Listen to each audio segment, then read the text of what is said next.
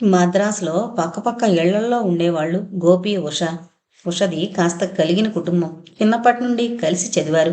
వయసు పెరుగుతున్న కొద్దీ వారి స్నేహం, ఆత్మీయత కూడా చిగురులు వేసుకుంటూ పెరిగింది. స్కూలు చదువు పూర్తయి కాలేజీలో చేరిన అరమరికల్లేని వారి స్నేహం దృఢమైంది. పియూసీ పాస్ అయ్యారు ఇద్దరు.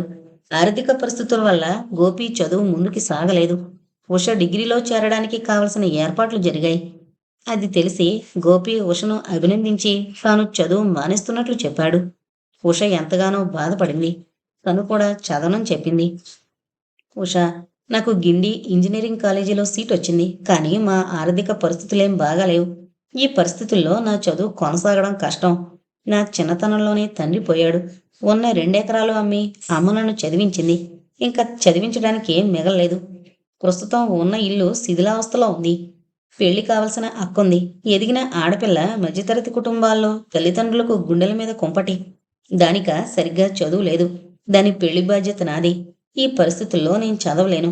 ఎలాగోలా చిన్న ఉద్యోగం సంపాదించి ఇంటి బాధ్యత స్వీకరించాలి. అక్క పెళ్లి చెయ్యాలి. ఎంతో బాధతో తన స్థితిగతులు చెప్పాడు గోపి. గోపి, ఎప్పుడూ చిరునవ్వుతో తిరిగే నీకు ఇంత బాధ్యత ఉందని, నీ నవ్వు వెనక విషాదం గూడు కట్టుకునుందని నాకు తెలీదు. అందుకు నువ్వు నన్ను క్షమించు. ఆత్మీయంగా గోపి చేతిని తన చేతిలోకి తీసుకుని అంది ఉష. ఇందులో క్షమించడానికి ఏముంది? మీ అమ్మగారు గుండించొచ్చే వేళ అయింది. నేను వెళతాను మరి. నా ఇంటి గొడవలు చెప్పి నిన్ను నొప్పించుంటే క్షమించు. నన్ను నువ్వు అపార్థం చేసుకోకూడదనే ఉద్దేశంతో ఇదంతా చెప్పాను అన్నాడు గోపి బయలుదేరడానికి లేస్తూ. గోపి, ఇంకో 10 నిమిషాల్లో నానొస్తారు. నీ గురించి ఆయనకు చాలాసార్లు చెప్పాను. బాగా చదివే నీలాంటి వాళ్ళంటే నాన్నకెంతో ఇష్టం. నేను చెబితే కాదనరు. తప్పక నీ చదువుకి సహాయపడతారు. నువ్వు ఇంజనీరింగ్ చదవకపోతే నేను చదవను, మానేస్తాను. నేను చదవనంటే నాన్న ఒప్పుకోరు. అప్పుడు నీకు సహాయం చేస్తే తప్ప నేను చదవనని మొండికేసి ఒప్పిస్తాను. ఇంతలో పోర్టికోలో కారాగిన శబ్దం అయింది. గోపి కంగారుగా ఉష పిలుస్తున్నా వినిపించుకోకుండా బయటకు వెళ్ళిపోయాడు. ఉష పట్టుదల, శ్రీనివాసరావు గారికి కూతురు మీద గల ప్రేమ అన్నీ కలిసి గోపి చదువు కొనసాగడానికి దోహదం చేశాయి. రుక్మిణమ్మకు ఇది సుతారాము ఇష్టం లేకపోయినా తండ్రి కూతుళ్ళు ఏకమవడంతో నోరు మూసుకోక తప్పలేదు. ఉష, గోపీల స్నేహం దీంతో మరింత బలపడింది. గోపి రాకపోకలు సహించలేని రుక్మిణమ్మ ఉషకు వెంటనే పెళ్లి చేయమని, అదేం చిన్నపిల్ల కాదని శ్రీనివాసరావు దగ్గర వేపుకు తినడం మొదలుపెట్టింది. కూతురుకప్పుడే పెళ్లి చేయడం ఇష్టం లేకపోయినా భార్య పోరు పడలేక ఓ రోజు భోజనాల దగ్గర ఆ ప్రస్తావన తెచ్చారు శ్రీనివాసరావు గారు. అమ్మా ఉష, ఎంతకాలం నీ మాట కాదనకుండా నువ్వు అడిగినవన్నీ చేస్తూ వస్తున్నాను. మీ అమ్మకి ఇష్టం ఉన్నా లేకపోయినా ఈసారికి నా మాట కాదన్నని నాకు మాట ఇయ్యమ్మా అన్నారు కూతురు వైపు చూస్తూ. అనుకోని ఈ పరిణామానికి ఆశ్చర్యం, ఏమడుగుతారో అనే భయంతో తండ్రి వైపు చూసింది ఉష. శ్రీనివాసరావు చిరునవ్వుతో, ఉష, నువ్వు చక్కగా చదువుతున్నావని ఇంతకాలం నీ పెళ్లి విషయం వాయిదా వేస్తూ వస్తున్నాను. నా స్నేహితుడు, నా పార్ట్నర్ గోవిందరావు తన కొడుక్కి నిన్ను చేసుకోవాలని చాలా కాలంగా అడుగుతున్నాడు. నీ చదువు పూర్తి కావాలని చెప్తూ వచ్చాను. నీకు మరో సంవత్సరంలో చదువు పూర్తవుతుంది. ఈలోగా నిశ్చయం చేసుకోవాలని మీ అమ్మ నేను అనుకుంటున్నాం. నీకేం అభ్యంతరం ఉండదని నా నమ్మకం. వాళ్ళు నిన్ను చూసుకోవడానికి రేపు సాయంత్రం వస్తారు. రేపు కాలేజీ నుంచి కాస్త ముందుగా రా అన్నారు. ఆ రాత్రి ఉష కంటి మీద కునుకు లేదు. తండ్రి నిశ్చయం ఉషకు ఊపిరి సలపనీయడం లేదు. చిన్నప్పటి నుంచి కలిసి తిరిగి ఎన్నో ఆశలు పెంచుకున్న గోపి చుట్టూ ఉష మనసు పరుగులు తీస్తోంది. గోపికి అంత సన్నిహితంగా వచ్చి అతన్ని కాదని ముక్కు మొహం తెలియని మరో వ్యక్తిని పెళ్లి చేసుకోవడమా? ఆస్తిలో ఆస్తి కలుపుకోవడానికి తండ్రి ఇలాంటి నిర్ణయాలు తీసుకుంటాడా? పెద్దలు స్వవిషయం వచ్చేసరికి ఎందుకు ఇంత కఠినంగా మారతారు? ఎన్నడూ తన మాటని కాదని తండ్రి ప్రవర్తన ఆ క్షణంలో కాస్త చికాకు అనిపించింది ఉషకి. గోపి నుంచి ఏ పరిస్థితుల్లోనూ దూరం అవడానికి మనసు అంగీకరించడం లేదు.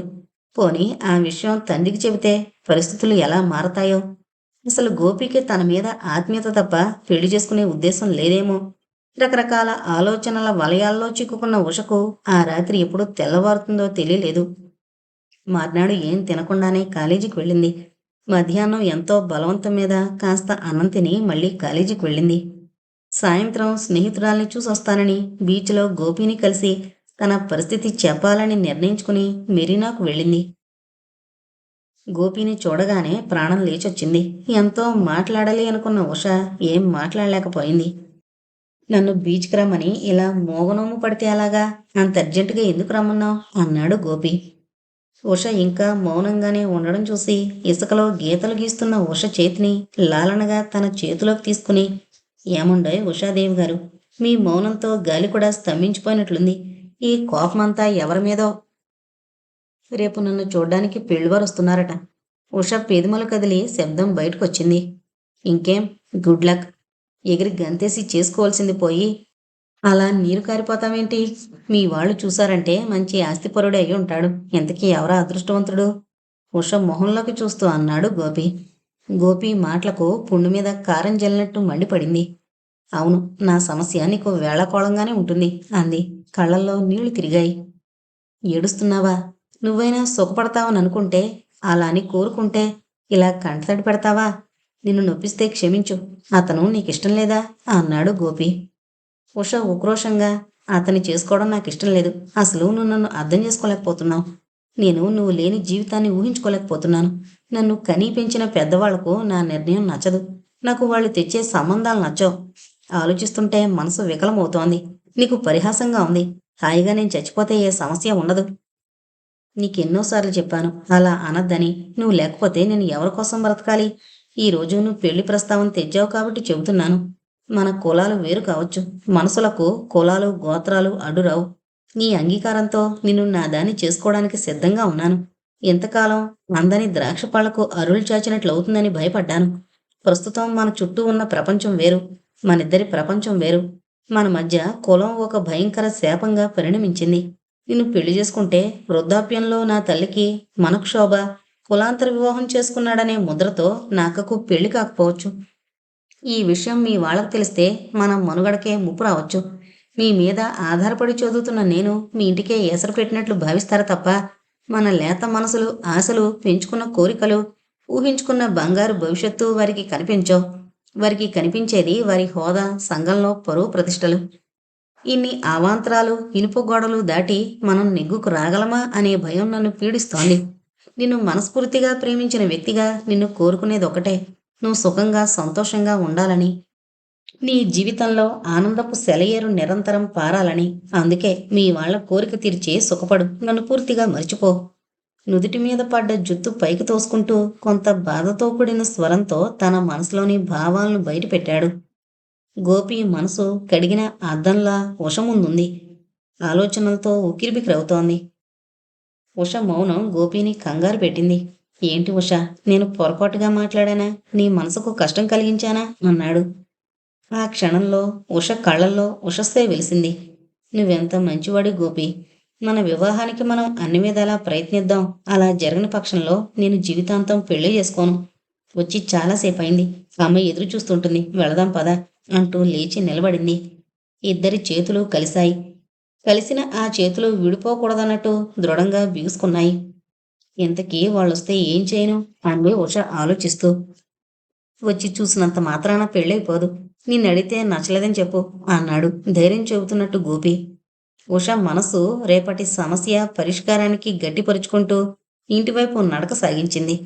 గోపి ఏం జరిగినా బెదరకూడదనే నిర్ణయంతో హాస్టల్ వైపు సాగాడు. తెల్లవారింది. ఉష లేచేసరికి ఇల్లు పెళ్లివారి ఇల్లులా చాలా హడావిడిగా ఉంది. తల్లి చేస్తున్న హడావిడి అంతా ఇంతా కాదు. 9 గంటలయ్యేసరికి పెళ్లివారు దిగారు. శ్రీనివాసరావు గారు ఉషను పిలిచారు. తల్లిచ్చిన పట్టుచీర, 7 వారాల నగలు తీసి మూలపడేసి చాలా సింపుల్గా ఓ చీర కట్టుకుని వాళ్ళ ముందుకొచ్చింది ఉష. రుక్మిణమ్మకు లోపల కోపం రగులుతోంది. కాని ఏమనడానికి అది సమయం కాదు. పెళ్ళికొడుకు, అతని తల్లి రకరకాల యక్ష ప్రశ్నలు వేశారు. అన్నింటికీ ఓపిగ్గా జవాబు చెప్పింది ఉష. వాళ్ళకి పిల్ల నచ్చింది. వాళ్ళ సమ్మతి తెలియజేస్తూ లాంఛనానికి అమ్మాయి ఇష్టం కనుక్కోమన్నారు. అసలు వాళ్లకు మనుషుల ఇష్టాయిష్టాలతో పనే లేదు. ఉష విసురుగా లోపలకు పోయింది. వెనగ్గా రుక్మిణం వచ్చి, ఏమే, చదువుకున్నానని గర్వమా? మా రోజుల్లో ఇలాంటివి మాకు తెలీదు. పెద్దవాళ్ళు ఏం కట్టుకోమంటే అది కట్టుకుని వాళ్ళేం చెబితే అది నోరు మూసుకుని వినేవాళ్ళం. అవతల వాళ్ళు ఏమనుకుంటారు? ఈ అవతారంలో వస్తే మన హోదా, దర్జా. ఇంతలో శ్రీనివాసరావు గారు రావడంతో రుక్మిణమ్మ నోరు మూతపడింది. ఉష ఉక్రోషంతో, నేనేమన్నా సంతలో పశువునా లేకపోతే బజార్లో వస్తువునా? ముక్కు మొహం తెలియని అతన్ని నేను చేసుకోను. నాకు ఈ పెళ్లిష్టం లేదు అంది ఖచ్చితంగా. ఇదిగో ఆ మాటే అనద్దన్నాను. మేమంతా అలా చేసుకోలేదు, మరీ విడ్డూరం. ఆడపిల్లకి అంత చదువు కూడదంటే విన్నారు కాదు. మన్మధుల్లాంటి పిల్లాడు, 3 తరాలు తిన్నా తరగని ఆస్తి. మనం కావాలనుకున్నా ఇలాంటి సంబంధం మళ్ళీ వస్తుందా? రుసరుసలాడుతూ రుక్మిణమ్మ వంటింటి వైపు వెళ్ళింది. అమ్మ సంగతి నీకు తెలుసుగా. నీకు నచ్చని వాణ్ణి నేను మాత్రం కట్టబెడతానా? ఇది కాకపోతే మరొకటి. మగ పెళ్లి వాళ్ళన్న తర్వాత ఆడపిల్లనిచ్చేవాళ్ళని కాస్త అలుసుగానే చూస్తారు. నువ్వేం బాధపడకు. ఉష తల నిమురుతూ బుజ్జగింపుగా అన్నారు శ్రీనివాసరావు. మర్నాడు గోపి, ఉష కలిసి అడియారు గాంధీ మండపం దగ్గర లాన్లో కూర్చున్నారు. ఉష, నీతో ఓ మాట చెప్దామని ఇంత దూరం తీసుకొచ్చింది.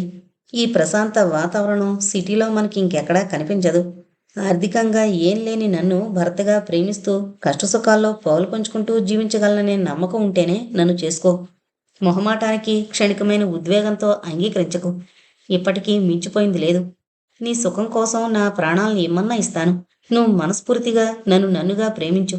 సమయం వచ్చినప్పుడు మీ వాళ్లకు చెప్పు అన్నాడు గోపి. అతని గొంతు దృఢంగా, గంభీరంగా ఉంది. నా మీద నమ్మకం లేదా గోపి? వేలగా అంది ఉష. నువ్వు నా ఆవేదనని అర్థం చేసుకుంటావని చెబుతున్నాను ఉషా. మన వాళ్లను పెళ్లికొప్పించే బాధ్యత పూర్తిగా మన మీదే ఉంది. మీ వాళ్లనొప్పించే ధైర్యం నీలో ఉంటే మా వాళ్లను నేను ఒప్పిస్తాను. ఇంత చదివిన మనం మన ప్రగతి ముందు అడ్డుగా ఉన్న ఈ సాంఘిక దురాచారాలను రూపుమాపకపోతే మన చదువు అదిచ్చిన విజ్ఞానం దండగా. కుటుంబం కోసం వ్యక్తిని, కులం కోసం కుటుంబాన్ని, దేశం కోసం కులాన్ని, ప్రపంచం కోసం దేశాన్ని, ఆత్మ జ్ఞానం కోసం ప్రపంచాన్ని త్యజించాలని భారతం చెబుతోంది. దాన్ని మనం అన్వయించుకుంటే మనం చేస్తోంది దేశం కోసం కులాన్ని, ప్రేమ కోసం డబ్బుని త్యజించడం అన్నాడు గోపి ఏదో ఆశ కళ్ళల్లో మెరుస్తుండగా. అవును గోపి, ఈ విషయంలో పెద్దవాళ్ళని ఒప్పించే బాధ్యత మన మీద ఉంది. జీవితాన్ని సుఖమయం చేసుకోవడానికి అవకాశం ఒక్కసారే వస్తుంది. దాన్ని వినియోగించుకోవడంలోనే మన వ్యక్తిత్వం బయటపడుతుంది. గోపి కళ్ళల్లో తన నీడ చూసుకుంటున్నట్లు రెప్ప వేయకుండా చూస్తూ అంది ఉష. ఉష, అగమ్యమైన ఈ జీవన ప్రయాణంలో తోడు ఎవరు కావాలో ఒకసారే నిర్ణయించుకోవాలి. దానికి పరస్పర విశ్వాసం, అనురాగం అవసరం. బట్టలు మార్చినంత సులువుగా ప్రేమని మార్చుకుంటూ ఉంటే అది మోహం అవుతుంది. నిరంతరం ప్రవహించే జీవన స్రవంతిలో భార్యాభర్తల సంసారం ఒక పడవ లాంటిది. దాని చొక్కాని ఇద్దరి మధ్యనున్న అనురాగ బంధం అంటూ ఉష బుగ్గ మీద చిటికి వేశాడు గోపి చిలిపిగా. ఆ అబ్బాయి గారి చొరవ ఎక్కువైందే. మనం ఉన్నది గాంధీ మండపం దగ్గర బాబు అంటూ దూరంగా జరిగింది ఉష. ఇప్పుడు నువ్వెంత అందంగా ఉన్నావో తెలుసా? సమయం సంధిదే అయినా ఉషాదేవి శోభ తగ్గలేదు అన్నాడు గోపి ఉష వైపు జరుగుతూ. ఇంజనీర్ గారికి పాండిత్యమే అనుకున్నా, కవిత్వం కూడా వచ్చిందన్నమాట అంది ఉష గోపి వైపు తృప్తిగా చూస్తూ. అవును, ఉషా సౌందర్యం చూస్తూ మరేం చేయడానికి వీల్లేక కవిత్వంలోకి ఎస్కేప్ అవ్వాలి మరి అన్నాడు గోపి బయటపడ్డానికి సిద్ధపడుతూ. ఆఖరి సంవత్సరం చదువు సుఖదుఖాల కలయికతో సాగిపోయింది. శ్రీనివాసరావు గారు ఉష కోసం 1-2 సంబంధాలు తెచ్చారు. సుముఖత చూపలేదు. ఏ సంబంధానికి ఉష ఒప్పుకోకపోవడంతో శ్రీనివాసరావు గారు ఉష దగ్గర కూర్చుని, చూడమ్మా, కళ్యాణం ఎప్పుడు ఎవరికి రాసిపెట్టుంటే అప్పుడే జరుగుతుంది. నా దగ్గర సంకోచపడక నీ మనసులో మాట చెప్పు అన్నారు అనునయంగా. నాన్న, మీరు తెచ్చిన సంబంధం వాళ్ళు ఎవరూ వద్దు అంది తలదించుకుని మెల్లగా. ఎందరో పెద్దవాళ్ళు నీ కోసం వస్తుంటే నీకెందుకు నచ్చడం లేదు? నీ మనసులో మరో ఆలోచన ఏమైనా ఉందా? వీలైనంత వరకు నిన్ను నొప్పించకూడదనే నా తాపత్రయం. ఉష తల నిమురుతూ సౌమ్యంగా అన్నారు శ్రీనివాసరావు గారు. తండ్రి వైపు భయంగా చూస్తూ, నాకు మన గోపిని చేసుకోవాలనుంది అంది. ఎన్ని సంబంధాలు తెస్తున్నా కాదంటున్న కూతురి మనోభావాలు తెలుసుకోవాలనే ప్రయత్నంలో ఉన్న శ్రీనివాసరావు ఉష మాటలకు త్రొట్టుపడక, అతనికేం బుద్ధిమంతుడు, యోగ్యుడు, కానీ మనకెలా సాధ్యం? మన మీద ఆధారపడి చదువుతున్నాడు. అతని కులం మన కులం వేరు. మీ అమ్మ ఎట్టి పరిస్థితుల్లోనూ ఈ పెళ్లికి ఒప్పుకోదు. ఆవిడ సంగతి నీకు బాగా తెలుసు. ఉన్నదాని ఒక్కతివి. నిన్ను చూస్తూ చూస్తూ వేరే కులం వాడికి ఎలా ఇమ్మంటావు? చదువుకున్న నువ్వు ఇలాంటి నిర్ణయాలు తీసుకునేటప్పుడు బాగా ఆలోచించాలి. దాంట్లోని సాధక బాధకాలు వయసు వేడిలో తెలియవు. నీ తండ్రిగా కాకపోయినా ఓ స్నేహితుడిగా నా మాట మన్నించు. నీ మనసు మార్చుకో. ఈ వర్ణాంతరం మనకొద్దు నచ్చ చెప్పడానికి ప్రయత్నించాడు. గోపి మనకు చిన్నప్పటి నుంచి తెలుసు. నన్ను బాగా అర్థం చేసుకున్నాడు. అలాంటి వ్యక్తిని పెళ్లి చేసుకుంటే నా జీవితం ఆనందంగా సాఫీగా సాగిపోతుంది. ఆస్తంటారా? డబ్బుతో కొనలేనివి చాలా ఉన్నాయి. మనసు లేని మనువు సంతోషం కలిగించదు నాన్న అంది ఉష. నాకన్నీ తెలుసమ్మా. అందుకే ఇంత గుచ్చుగుచ్చు అడుగుతున్నాను. బాగా ఆలోచించి ఓ నిర్ణయానికి రమ్మంటున్నానంతే. ఇంతకీ గోపి ఏమన్నాడు? మనసులో బాధ కలుక్కుమంటున్న చిరునవ్వుతో ప్రశ్నించారు శ్రీనివాసరావు. వాళ్ళమ్మను అక్కగారిని ఎలాగైనా ఒప్పిస్తానని చెప్పాడు అంది ఉష. శ్రీనివాసరావు గారు ఆఫీసుకు టైం అయిందంటూ వెళ్ళిపోయారు. సాయంత్రం బీచ్లో ప్రేమ జంట కలిసింది. నాన్న కొంత సుంకంగా ఉన్నాడని, తల్లికి విషయం తెలీదని, తెలిస్తే చాలా గొడవ చేస్తుందని చెప్పింది ఉష. ఇంతకీ ఎంత కట్నం కావాలేంటి అంది సీరియస్గా గోపి ముఖంలోకి చూస్తూ. ఉషా, నీ నుంచి నేను డబ్బు కోరడం లేదు. ఇప్పటికే మీకెంతో రుణపడున్నాను. నాకు డిగ్రీ తప్ప మరే ఆస్తి లేదు. నిన్ను డబ్బు కోసం ప్రేమించలేదు. అలాగే నువ్వు నన్ను నన్నుగా ప్రేమించు. అలా అయితేనే నాకు ఆనందంగా ఉంటుంది. అందుకని మరోసారి బాగా ఆలోచించు అన్నాడు గోపి. నిజమైన ప్రేమ ఎప్పటికైనా ఫలించకపోదు. భగవంతుడు తప్పక మనకు మేలు చేస్తాడు. రోజు ఇలా ఆలస్యంగా ఇంటికి వెళితే అమ్మ ఊరుకోదు అంటూ ఇద్దరూ విడిపోయారు. ఉష ఇంటి ప్రాంతాల్లో. శ్రీనివాసరావు గారి ద్వారా కొంతవరకు తెలుసుకున్న రుక్మిణమ్మ ఉష రావడంతోనే గయ్యమని లేచింది. ఇదిగో ఉష, నీ సంగతేం బాగాలేదు. ఇలా చీకటి పడే వరకు స్నేహితులంటూ తిరగడం నాకేం నచ్చలేదు. ఆ కూటికి గతి లేని గోపిని చేసుకుంటానన్నవాటుగా నీకు మతిగానిపోయిందా? ఆ కులాంతరం చేసుకుంటే ఆవేశంగా ఏదో అనుభవైన రుక్మిణమ్మ శ్రీనివాసరావు గారు రావడంతో మాట పూర్తి చేయలేదు. ఏంటే ఇంటికి రాగానే ఏదో గొడవ అన్నారు చిరాగ్గా భార్యకేసి చూస్తూ. నన్ను అడుగుతారేం? ఏం తెలియనట్లు. మీ గారాల పట్టుందిగా, ఎదురుగా అడగండి అంది రుసరుసలాడుతూ రుక్మిణమ్మ. అబ్బా ఊరుకోవే, ఇంటి విషయాలు నెమ్మదిగా సర్దుకుపోవాలి గాని రచకెక్కించకూడదు అంటూ విసుక్కున్నారు శ్రీనివాసరావు. అవునులేండి, నేనేగా ఇంట్లో పరాయిదాన్ని. నీ చేస్తే నా పీడ విరడవుతుంది. నేనుండగా ఈ పెళ్లి జరగడం కల్లా. కళ్ళు తుడుచుకుంటూ వంటగదిలోకి వెళ్ళింది రుక్మిణమ్మ. సెలవులకి గోపి ఊరికి వెళ్ళాడు. అక్కడ తన చిన్ననాటి మిత్రుల్ని కలిసి సరదాగా రోజులు గడిపాడు. ఆ రోజు అన్నం వడ్డిస్తూ వెంకమ్మ, నాయనా, నేనుండగానే రాధను ఇంటిదాన్ని చేసి నువ్వు ఇంటివాడివైతే చూడాలనుందిరా. నా ఆరోగ్యం కూడా అంతంత మాత్రంగానే ఉంది. నీకు 1, 2 సంబంధాలొచ్చాయి. వాటిలో ఏదో ఒకటి నువ్వు చేసుకుంటే బాగుంటుంది అంది వెంకమ్మ కొడుకుకు కూర వడ్డిస్తూ. మౌనంగా ఉన్న గోపిని చూస్తూ, ఏంరా మాట్లాడావు? ఎంతకాలం ఇలా ఉంటావు అంది కొంచెం బాధగా. అది కాదమ్మా, నేను నా క్లాస్ అమ్మాయిని చేసుకోవాలని నిర్ణయించుకున్నాను. ఆ అమ్మాయి ఎవరో కాదు, మనకు బాగా తెలిసిన అమ్మాయే ఉష అన్నాడు గోపి. మనకు వాళ్లకు పోలికేమిట్రా? మన కులంగాని పిల్ల ఎంత డబ్బు గలదైనా చదువుకుందైనా మనకు తగదు. నా మాట విను కొడుకును బ్రతిమాలుకుంది వెంకమ్మ. కొడుకు మాట్లాడకపోవడంతో నలుగురు వాళ్ళ డబ్బు చూసి కులం కూడా వదులుకున్నామని, డబ్బు కోసం ఆశపడ్డామని ఆడిపోసుకుంటారు. ఆ అమ్మాయికి పెద్ద పెద్ద సంబంధాలు వస్తున్నాయని మన రాధ కూడా అంది. నీకిలాంటి బుద్ధి పుట్టిందేంట్రా? వాళ్ళెక్కడా, మనమెక్కడా? తల్లి చెప్పే అభ్యంతరాలు ముందే తెలుసు కాబట్టి నెమ్మదిగా నచ్చజెప్పే ప్రయత్నం చేశాడు గోపి. అమ్మా, మనసులు కలవడం ముఖ్యంగాని కులం గోత్రం కాదు. ఆ అమ్మాయి ఆ ఇంట్లో తప్పబుట్టింది. వాళ్ళ నాన్నగారు మొదట కాదన్నా, కూతురి కోరిక కాదనలేక ఒప్పుకున్నారు. మన ఇంటికి ఉష వస్తుంది కానీ వాళ్ళ కులం డబ్బు రాదు. నా స్నేహితుడు ఆంజనేయులకి బ్యాంకులో ఉద్యోగం అయింది ఈ ఊళ్ళోనే. మన పరిస్థితులన్నీ వివరంగా వాడితో చెప్పాను. రాధకని చేసుకుంటానని మాటిచ్చాడు. నువ్వు అనవసరంగా దిగులు పెట్టుకోక నిశ్చింతగా ఉండు. నేను రేపు మద్రాసు వెళ్తున్నాను. అక్కడ శ్రీనివాసరావు గారితో మాట్లాడి ముహూర్తాలు పెట్టిస్తాను అన్నాడు గోపి తల్లికి వివరంగా అసలు సంగతి చెప్తూ. చివరికి వెంకమ్మ, నువ్వు ఏం చేసినా నాకు ఇష్టమే నాయనా. మీరు సుఖంగా ఉండడమే నాకు కావాల్సింది అంది.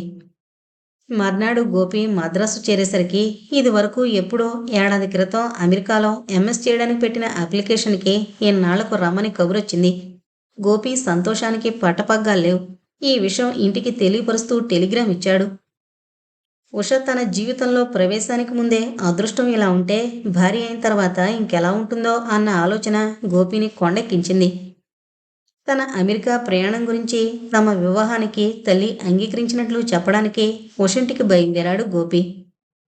గోపి ఉషల పెళ్లి సమస్య శ్రీనివాసరావు గారింట్లో ఓ కల్లోల తరంగాన్ని రేపింది. తల్లి కూతుళ్ళు మాట్లాడుకోవడం మానేశారు. రుక్మిణమ్మ గారి సనుగుడు ఎక్కువైంది. ఆ ఇంట్లో ఎవరికి వారే నలిగిపోతున్నారు. రుక్మిణమ్మ మంచం పట్టింది దిగులుతో. ఆ పరిస్థితుల్లో గోపి ఆ ఇంటి గుమ్మంలోకొచ్చాడు.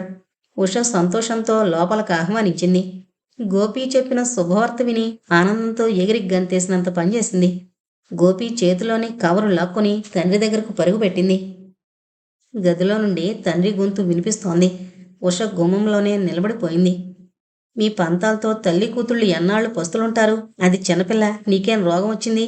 నువ్వేగా దానికి అన్నది. ఆ మాత్రం దాన్ని అర్థం చేసుకోవడానికి ఎందుకు ప్రయత్నించావు? మీరిద్దరూ పంతాలకు పోయి పస్తులుంటే నాకు మాత్రం ఏం ముద్ద దిగుతుంది? తండ్రి గొంతులో బాధ, ఆవేదన ఉషని కదిలించాయి.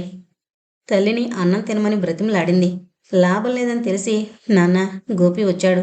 అమెరికాలో ఆయన ఎంఎస్ చేయడానికి స్కాలర్షిప్ గ్రాంట్ అయింది. ఇదిగో కన్ఫర్మేషన్ లెటర్ అంటూ తండ్రి చేతికి కవరిచ్చింది ఉష. శ్రీనివాసరావు గారికి ఓ పక్క సంతోషం, మరో పక్క దుఃఖంతో కళ్ళు చెమర్చాయి. ఉష వింతగా తండ్రి మొహంలోకి చూసింది. ఉషకు ఊహ తెలిసినప్పటి నుంచి తండ్రి మొహంలో ఎప్పుడూ అంత దైన్యం చూసి ఎరుగదు. అమ్మ ఉష, ఏది ఎలా జరగాలో అలా జరగక మాందు. మీ అమ్మ మన మాట విందు. తండ్రిగా నా బాధ్యత నేను నిర్వర్తిస్తాను. మీరు రిజిస్టర్ మ్యారేజీకి ఏర్పాట్లు చేసుకోండి. అమెరికా నీతో కలిసి వెళ్లాలంటే పెళ్ళవ్వాలి. నీకు అట్టహాసంగా పెళ్లి చేయాలని ఎంతో ఆశపడ్డాను. కానీ నా ఆశ అడియాస అయ్యింది అన్నారు శ్రీనివాసరావు గారు. కళ్ళల్లో నీళ్లు తిరుగుతుండగా ఉష తల మీద చేయి వేసి ప్రేమగా నిమురుతూ, నాన్న, మీరు నిజంగా దేవుడు. మీ రుణం తీర్చుకోలేను అంటూ తండ్రి కాళ్ళకి నమస్కరించింది. పెళ్లికి రమ్మని రుక్మిణమ్మని ఎంత బ్రతిమాలినా ససేమీరా రానంది. కొందరు పెద్దలు కలిసి రిజిస్టర్ ఆఫీసులో గోపి ఉషలను ఒకటి చేసి ఆశీర్వదించారు. అతని తల్లికి పెళ్లి విషయం తెలియజేస్తూ టెలిగ్రామ్ ఇచ్చాడు. గోపి తన మిత్ర బృందానికి పార్టీ ఇచ్చాడు ఓ హోటల్లో. పెళ్లైన వారం రోజుల తర్వాత గోపి ఉషలు న్యూయార్క్ చేరారు. అక్కడ యూనివర్సిటీ క్యాంపస్లోనే ఓ చిన్న అపార్ట్మెంట్ $120లకు తీసుకున్నారు. ఏడాది ఆనందంగా గడిచింది. ఆ సంవత్సర కాలంలో వారు అనుభవించని సుఖం, వృధా చేయని క్షణం అంటూ ఏం లేదు. ఊహించుకున్న ప్రేమ మందిరాల్లో జంట పక్షులై విహరించారు. ప్రపంచంలోని ఆనందమంతా దూసిలి పట్టారు. గోపి ఎంఎస్ పూర్తి చేసి మంచి ఫర్మ్లో ఉద్యోగంలో చేరాడు. వాళ్ల ప్రేమ, అనురాగాల ప్రతిరూపం ఉషలో చోటు చేసుకుంది. ఉష తల్లి కాబోతోందని తెలిసిన రోజు గోపి ఆనందానికి అవధులు లేవు. ఉషకు 10వ నెల నిండుతున్న రోజుల్లో ఓ రోజు చాలా ప్రమాద స్థితిలో నేనున్న ఆసుపత్రికి తీసుకొచ్చారు. గోపి ప్రేమదేవత తమ ప్రేమ కానుకగా ఓ బిడ్డను ప్రసాదించి కన్ను మూసింది. ఆ బిడ్డను ఆసుపత్రిలోనే స్పెషల్ వార్డులో ఉంచి రోజు వచ్చి చూస్తుండేవాడు గోపి. కానీ అతను ఉషను మర్చిపోలేక వాళ్ళు గడిపిన మధుర క్షణాలు తలచుకుంటూ లోపల బాధపడుతూ మనోవ్యాధితో ఆవిడ పోయిన 2 నెలలకే చనిపోయాడు. పిల్లవాణ్ణి అమెరికన్స్ పెంచుకుంటామని తీసుకువెళ్లారు. చెప్పడం పూర్తి చేసి గాఢంగా నిట్టూర్చాడు ప్రసాద్. సుశీల కళ్ళు చెమరచాయి. అలాంటి చక్కటి సంసారం చూస్తే భగవంతుడికే కళ్ళు కుట్టాయి కాబోలు అంది సుశీల. సుశీ, నువ్వు నన్ను అపార్థం చేసుకోకూడదనే ఇదంతా చెప్పాను. గోపి జీవితం, వాళ్ళ దాంపత్యం తలుచుకుంటే వారికి జరిగిన అన్యాయానికి నేనేం చేయలేకపోయానే అనే బాధ నన్ను వెంటాడుతోంది. నాకు పెళ్లి మీద పెద్ద ఇంట్రెస్ట్ లేదు చెప్పాడు ప్రసాద్. బావా, ఉషా, గోపీలు ప్రేమ బలంతో మానవ కోటిని ఎదిరించగలిగారు గాని విధిని ఎదిరించలేక బలైపోయారు. నేను నీతో కొన్ని విషయాల్లో ఏకీభవిస్తాను. నాకు నువ్వంటే ఎంతో అభిమానం ఉంది. కానీ పెళ్ళాడాలనే ఆలోచన లేదు. దానికి కారణం నువ్వు, నేను, అన్నయ్య అంతా ఒకే చోట కలిసి పెరిగాం, చదివాం. నిన్ను చూస్తే సోదరభావమే తప్ప వేరు భావం కలగదు. ఇది ఎలా చెప్పాలా, నువ్వు ఏమనుకుంటావోనని చాలా అవస్థపడ్డాను. నాన్నగారు చూడబోతే మన వివాహ ప్రయత్నంలో ఉన్నారు. నాకు చాలా భయంగా ఉంది. సుశీల నిర్భయంగా మనసులోది పైకి చెప్పింది. సుశీ, నువ్వే నా సందేహం నివృత్తి చేశావు అన్నాడు ప్రసాద్. బావా, నీ నిర్ణయం తెలిస్తే మా అమ్మ, నాన్న నిన్ను కృతజ్ఞుడిగా జమకట్టి ఆడిపోసుకుంటారు. అందుచేత ఈ పెళ్లి సుశీలకి ఇష్టం లేదట అని చెప్పాయి. పైగా విజ్ఞాన శాస్త్రం కూడా మన నిర్ణయాన్ని బలపరుస్తుంది. అన్నట్టు నేను నీకో విషయం చెప్పలేదు. సీను అని కాలేజీ లెక్చరర్ కాకినాడలో పనిచేస్తున్నారు. వాళ్ళ చెల్లెలు నేను చాలా స్నేహితులం. ఆయన్ని చేసుకోవాలని నిర్ణయించుకున్నాను. కానీ ఇంట్లో ఒప్పుకోకపోవచ్చు అంది బెంగగా. వేణు కరణంగారి ఇంటి నుంచి తిన్నగా ఇంటికి వెళ్ళి ప్రసాదు, సుశీల రాలేదని తెలిసి మరలా తోటలోకొచ్చి కబుర్లలో మునిగిపోయిన సుశీల ప్రసాదంను ఉద్దేశించి, ఏమర్రోయ్, కబుర్లుంటే తిండక్కర్లేద్దా? మీకోసం ఇంటికి వెళ్ళొచ్చాను, రండి రండి అన్నాడు వేణు. ముగ్గురు ఇంటికి బయలుదేరారు. భోజనాలు చేస్తుండగా శంకరయ్య గారితో ప్రసాదు, నాకు అర్జెంటుగా ఇంగ్లాండ్ తిరిగి రమ్మని టెలిగ్రామ్ వచ్చింది. అక్కడ నేను ఒక స్పెషల్ ట్రైనింగ్ పూర్తి చేయాలి. రేపే నా ప్రయాణం మావయ్య, కనుక ఇప్పుడు పెళ్లి విషయం ప్రస్తావించొద్దు అన్నాడు. ఒరే ప్రసాదు, సుశీలకి చదువు పూర్తయింది. నువ్వు అంటే చాలు, ఈవేళ ముహూర్తం పెట్టించేస్తాను. కానీ పెళ్లి చేసుకోకుండా మాత్రం వెళ్ళడానికి వీల్లేదు. పార్వతి, విన్నావా నీ అల్లుడు మాటలు అన్నారు శంకరయ్య గారు. ఆవిడ సాగదీసుకుంటూ, ఇదేం ప్రారంభంరా, నీకోసం ఎన్నాళ్ళు ఎదురు చూసినందుకు ఇదా ఫలితం? ఎంతకాలం నీ అచటా ముచ్చటా చూసింది సుశీలను చేసుకుంటావనేగా అంది అక్కసుగా. ఇంతలో వేణు కల్పించుకుని, అది కాదమ్మా, బావ రేపు బయలుదేరకపోతే కుదరదు. అయినా అక్కడికి వెళితే బోల్డు డబ్బు సంపాదిస్తాడు. మంచి పేరు, హోదా అన్నీ పెరుగుతాయి అన్నాడు. అందుకే సుశీలను కూడా నీతో తీసుకుపో. అది నీకోసం కళ్ళు కాయలు కాసేలా ఎదురు చూస్తోంది అన్నాడు శంకరయ్య. మావయ్య, మీరు ఈ నిర్ణయానికి వచ్చే ముందు మన సుశీల అభిప్రాయం అడిగారా? ఆడపిల్లకు కూడా ఇష్టాలు అభిప్రాయాలు ఉంటాయని మర్చిపోకూడదు. అది చదువుకుంటోంది అన్నాడు ప్రసాద్. ఏమి సుశీ, అందరం ఇక్కడేగా ఉన్నాం, నీ ఇష్టం చెప్పేయ్ అంది పార్వతమ్మగారు. నువ్వు ఊరుకో అమ్మా, నాకు పై చదువులు చదువుకోవాలనుంది. అయినా అన్నయ్య ఉండగా నా పెళ్లికేం తొందరొచ్చింది అంది సుశీల. శంకరయ్య చండశాసనుడైన కూతురి మాటకి ఎదురు చెప్పే శక్తి ఆ ఇంట్లో ఎవరికీ లేదు. తర్జన భర్జనల తర్వాత ప్రసాదు మరనాడు విమానంలో వెళ్ళిపోయాడు.